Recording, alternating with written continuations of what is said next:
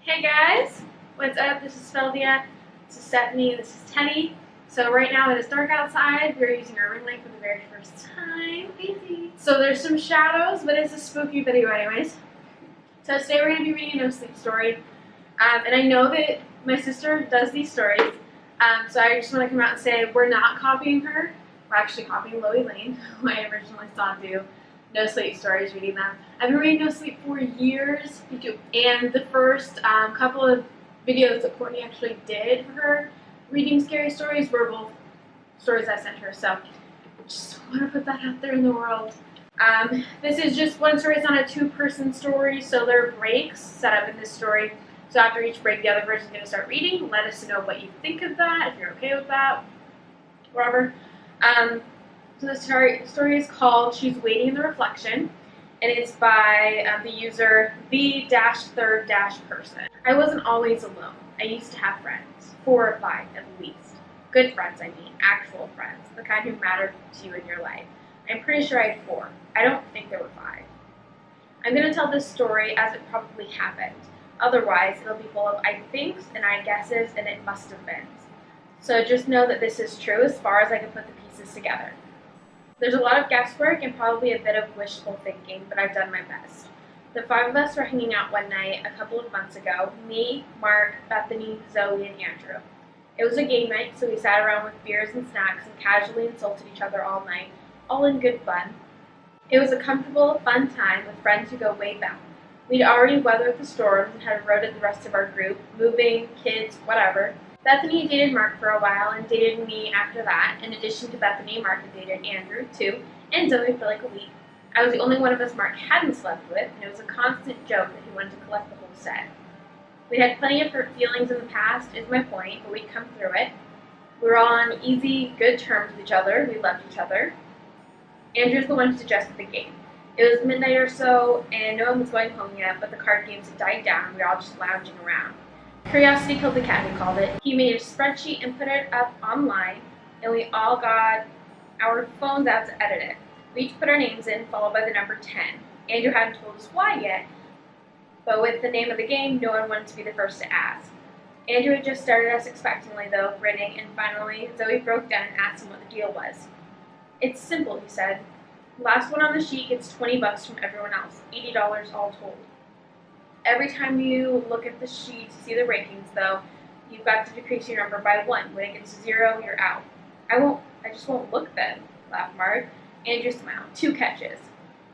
No one ever has to tell you if you've won. So if you never look, we might all owe you $20 that you'll never know about. And also, everyone's allowed to lie. I could tell you you've won, or that I have, for that matter. If you want to find out for sure, you'll have to go look. What's to stop me from just looking and decreasing my number, asked Mark.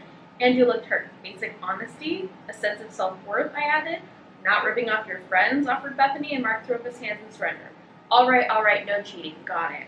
Last rule, said Andrew. Everyone puts a link to the sheet on the front page of their phones. That way, we'll all have to think about it. Curiosity begins now. Remember, all you have to do to win is just don't look. Oh man, I just won, said Mark. I don't know how you all looked so many times already, but you guys all owe me $20. We pelted him with popcorn. The first few days were easy. No one could possibly have been out so soon, so the urge to look was low. I would have forgotten about it entirely, except that every time I opened my phone, the little spreadsheet icon labeled Curiosity was sitting right there, waiting for me to click it. After a week, I cracked for the first time. I had to know how my friends were doing with the temptation, and 10 was such a high number, it was hardly going to matter if I dropped it by 1 anyway. If I wanted to, I could check it every week for 2 months and still be in the game. So I opened it. Bethany and I were the only ones still at 10, and of course I promptly changed my number to 9, joining Andrew and Zoe. Mark was down to 8 already, which fit. He was never the patient sort. I closed the window and sent a group message to my friends reading, Mark, how'd you get down to 4 so soon? My phone buzzed a minute later with a response. Left my phone open, catwalked on the keyboard, changed my number. Thanks for letting me know. Everyone else better log in and check their numbers too. I laughed. It would have been marginally more believable if Mark had owned a cat. This started the lying in earnest, though. Not a day went by without one of us trying something to get the others to look. Sometimes it was by group message, but more often it was a direct communication.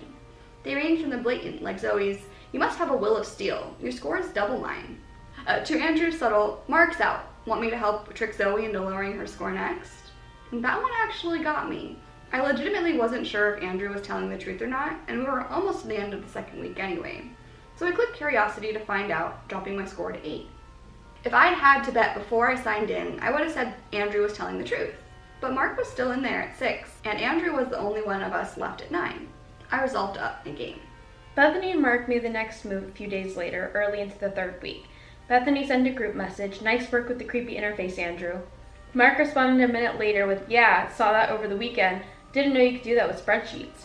It was a setup, an obvious setup. But what if it wasn't? What if there was really something cool to see and I was missing it? I wouldn't put it past Andrew to add something as a lure. I resisted it for a full day, then broke down and opened the spreadsheet. We were into the third week anyway, so I was basically still on track. As I suspected, there was nothing there but our names and numbers, and I grudgingly dropped mine to a 7. As I was looking over the other numbers, Andrew still at 9, Mark all the way down to 3, Bethany and Zoe both at 6, I spotted something though. It was subtle, hidden in the background, and I had to angle my phone around to catch light just before I got a good look at it. Somehow Andrew had set it all up so that it looked like there was a creepy black-eyed woman standing over my shoulder in the reflection of my phone. When I tilted the phone, she moved with the image, just like she was actually in the room. It was so convincing, I even looked behind me to make sure, but there was obviously nothing there. I exited the spreadsheet and looked at my reflection in the phone. Nothing. I clicked curiosity again, reloading the sheet, and as I did, she reappeared. I examined her more carefully this time, impressed with the detail and reality of the picture. She occupied a specific place in the room, and I could walk all around her. She never moved, but when I got close, I could see the faint rise and fall of her chest as she breathed.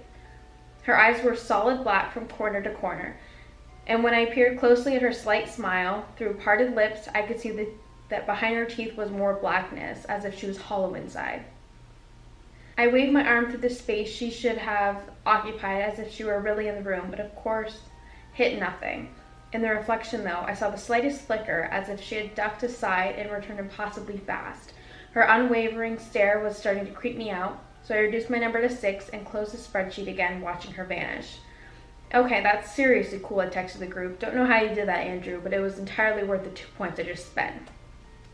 "Ugh, fine, I'll bite," Zoe responded, followed only a minute later by, "Creepy as fuck, Jesus, Andrew." "Haha, very funny," wrote Andrew. "Dude, just take a bow, that's nice work," I texted.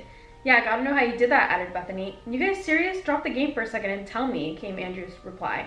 "No game drop, but you're welcome to spend a point to go find out," mocked Mark. Things were quiet for almost an hour after that before Andrew's next message. "If you're seeing what I'm seeing, creepy reflection lady, I didn't do that, and as far as I know, that can't be done. Not on any current tech, and definitely not on a cloud spreadsheet showing on random phones." I got a private message from Zoe. "You think he's serious?" "Can't be," I wrote back, but I frowned as I wrote it. I really couldn't figure out any way he could have created an image like that. And more to the point, I couldn't think of why he'd deny if he did. It wasn't helping him win curiosity, and freaking us out wasn't Andrew's style.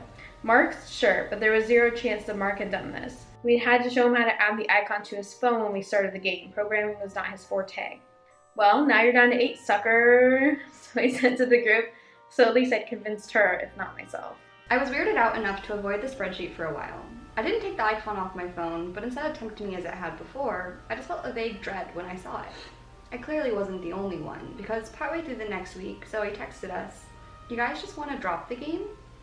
"Not when there's $80 on the line," texted Mark, followed by, "But you can drop out. Just go look at the sheet a few more times." Bethany replied with a non sequitur. "Guys, whose idea was this game?" I started to reply, then stopped. It had to be one of the 4 of us. I remembered when we set up the spreadsheet and we were all in the room. But somehow, I couldn't remember which one of us had come up with the idea. "Who knows? We were all drunk," replied Mark. "No, we're missing someone," insisted Bethany. "Who?" texted Mark. "It's just the 4 of us. Has been for years." "Bethany, then why is there $80 up for grabs?" It's hard to judge pauses in text, but I could picture Mark making the same face I had moments earlier.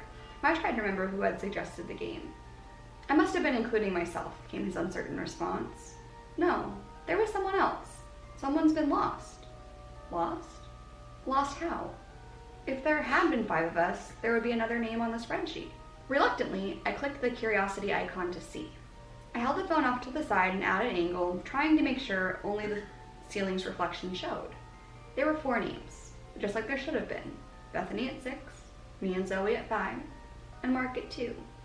As I watched, though, my number changed to 4, and marks dropped to 1. I closed the sheet quickly and texted Mark, "Are you editing the sheet?" In reply, he sent me a blurry selfie taken in a bathroom mirror. It showed him standing alone in the empty bathroom, a look of abject horror on his face. "Can you see her?" "I can see you," I sent him. "She's in the mirror right now, not in the phone, the real mirror. I'm afraid to look away." "Stay there, I'll come get you," I texted. I ran for the door, grabbing my keys on the way. I was in my garage starting my car before I realized that I had no idea why I was in such a panic. My rent was paid, I didn't have any plans for the night, so why was I in such a hurry? Puzzled, I put my car into reverse, planning to figure it out in a minute. When I checked the mirror, though, I stomped the brakes in terror. The black-eyed woman from the curiosity sheet was in the backseat of my car, smiling and staring directly into my eyes.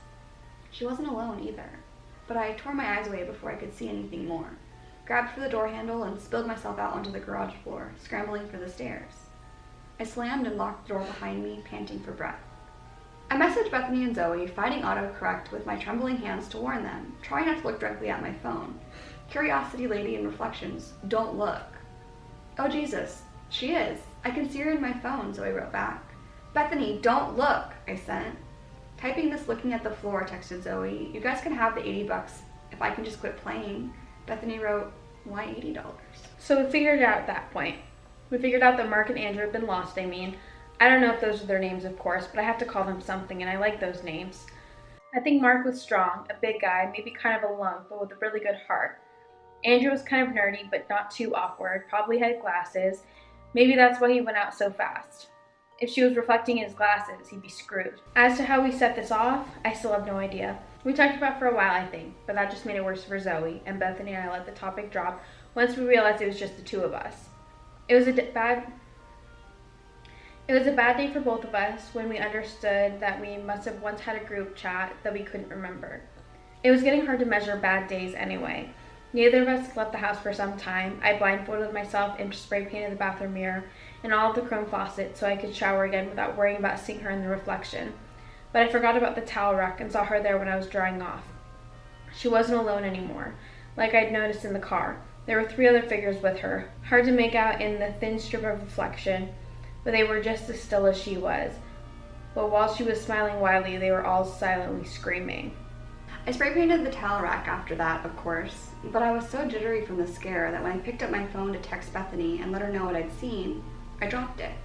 It landed face up on the floor, my horrified expression a perfect counterpoint to the leering grin of the black-eyed woman leaning over my shoulder, practically touching me. Bethany and I switched to voice conversations after that to avoid seeing the phones. At least, I assume we did. I don't know what Bethany did, but I must have been careful enough, because I'm sitting at the computer in my house right now, a glare protector on the screen so that it can't reflect, and right next to my keyboard is $80. I think this means I won. I think it's over. But even if it's just me now, I remember the rules. Everyone can lie. I've counted though, and I think I'm still at 2. I should be able to check the sheet to see if I'm the only name on it, and to see if the black-eyed woman has 4 screaming figures with her now. And then I'll know if it's over. But what if I miscounted? I'm not going to look. Wish me luck.